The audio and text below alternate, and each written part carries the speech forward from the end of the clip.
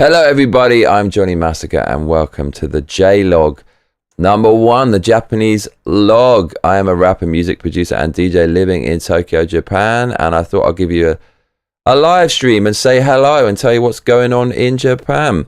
I actually just did this stream and I forgot to press the start stream button, so I was chatting to myself for about 30 minutes. But I guess it's good practice for this show. I have another channel called Johnny Massacre, and usually we talk about political stuff there, but this channel we want to keep it music based.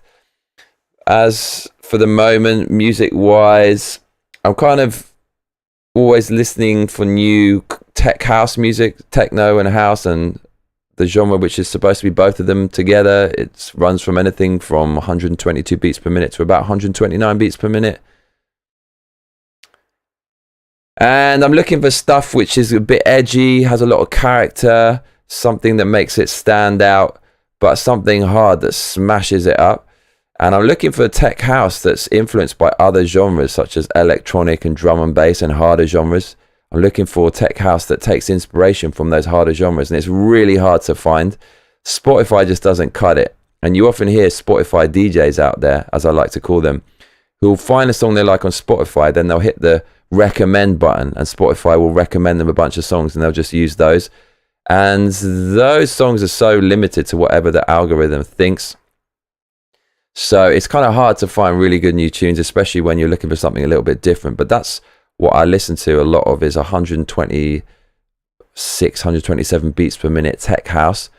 And I like garage as well, UK garage, although I think that's had its heyday, but there still are some good UK garage tracks that are being made. But I do like walking around Tokyo with that stuff kind of blazing in my headphones. It's a great soundtrack to walking around in Tokyo, I'll tell you that. It's adds to the dystopian vibe. And this bass house is pretty good. So bass house, as far as I can tell, is just house that's kind of influenced by drum and bass and dubstep, mainly dubstep, which in itself was influenced by drum and bass. And bass house is very abrasive, brutal house, but it's a little bit disposable and a little bit cheesy. It tries so hard to be noticed. It's desperate to get your attention. Sometimes it feels a little bit contrived and it feels a little bit trendy, like people trying to make things trendy, and it doesn't really have much subtlety to it. So a lot of bass house I'm not feeling, but occasionally there'll be a sick bass house, and that satisfies my desire for house, but also something like drum and bass. It kind of melds the two together. But a lot of the time it's kind of too much. And the way that people process and master music these days, it's so damn abrasive and so brittle. There's a loudness war. And the thing is, you cannot make a track super, super loud. You can't be the loudest track in the room if you have a lot of sub bass, because there's too much super energy in the sub bass. And when you master it and try to boost sound levels using all the tools at your disposal, sub bass is the thing which will kind of really distort and destroy the track if you're trying to get extreme loudness out. So a lot of these tracks are mastered so loud, and it means they cut out a lot of sub bass. I don't like that. I like the more OG tracks with it, which are heavier at the bottom end. So that's the kind of stuff I'm listening to right now, selecting. And yeah, there's a drum and bass track I'm going to drop very soon called Silver Bullet. It's pretty much done. I've been making it for about a year, I think. And I made it for a producer called Dillinger, who I love, and I'm quite excited about unleashing that to the world. I've been mixing the kick drum for like a year. That's how obsessive I am about getting the mix right.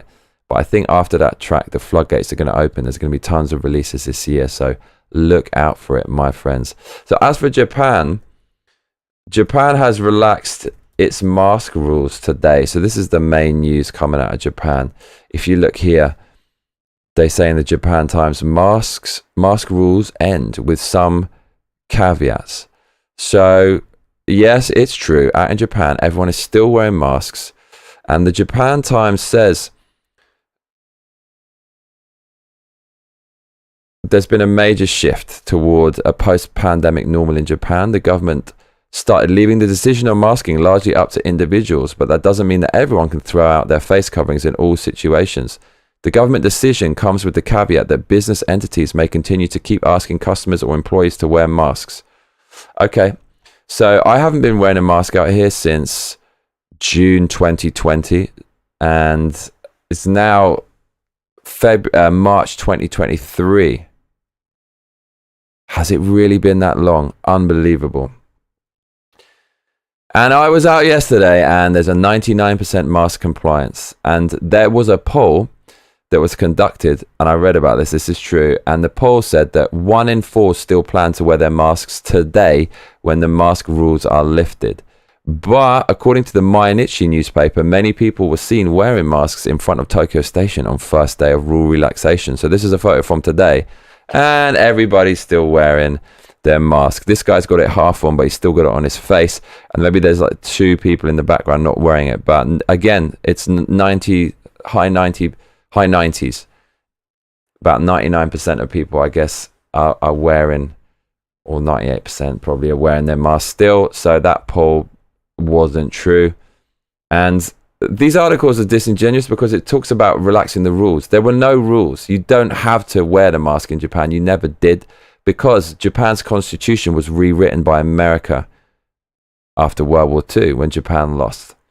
And America inculcated Japan with their own political system, which is based on individual freedom and a limited government, which means that still today the Japanese government can't force their people to do things. Unlike America, which actually can force people to wear masks depending on the state. So isn't that ironic?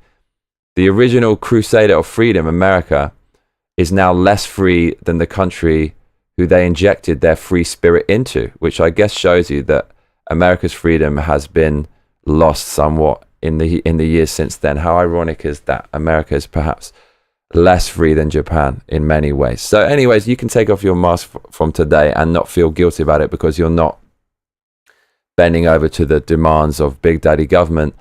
So I'm going to go out. I got to go out pretty much now, just touching base with you and saying hello. And I'm going to see if this is true. If the poll was true that only 1 in 4 is still going to wear their masks, I bet you anything everyone's still going to be wearing it.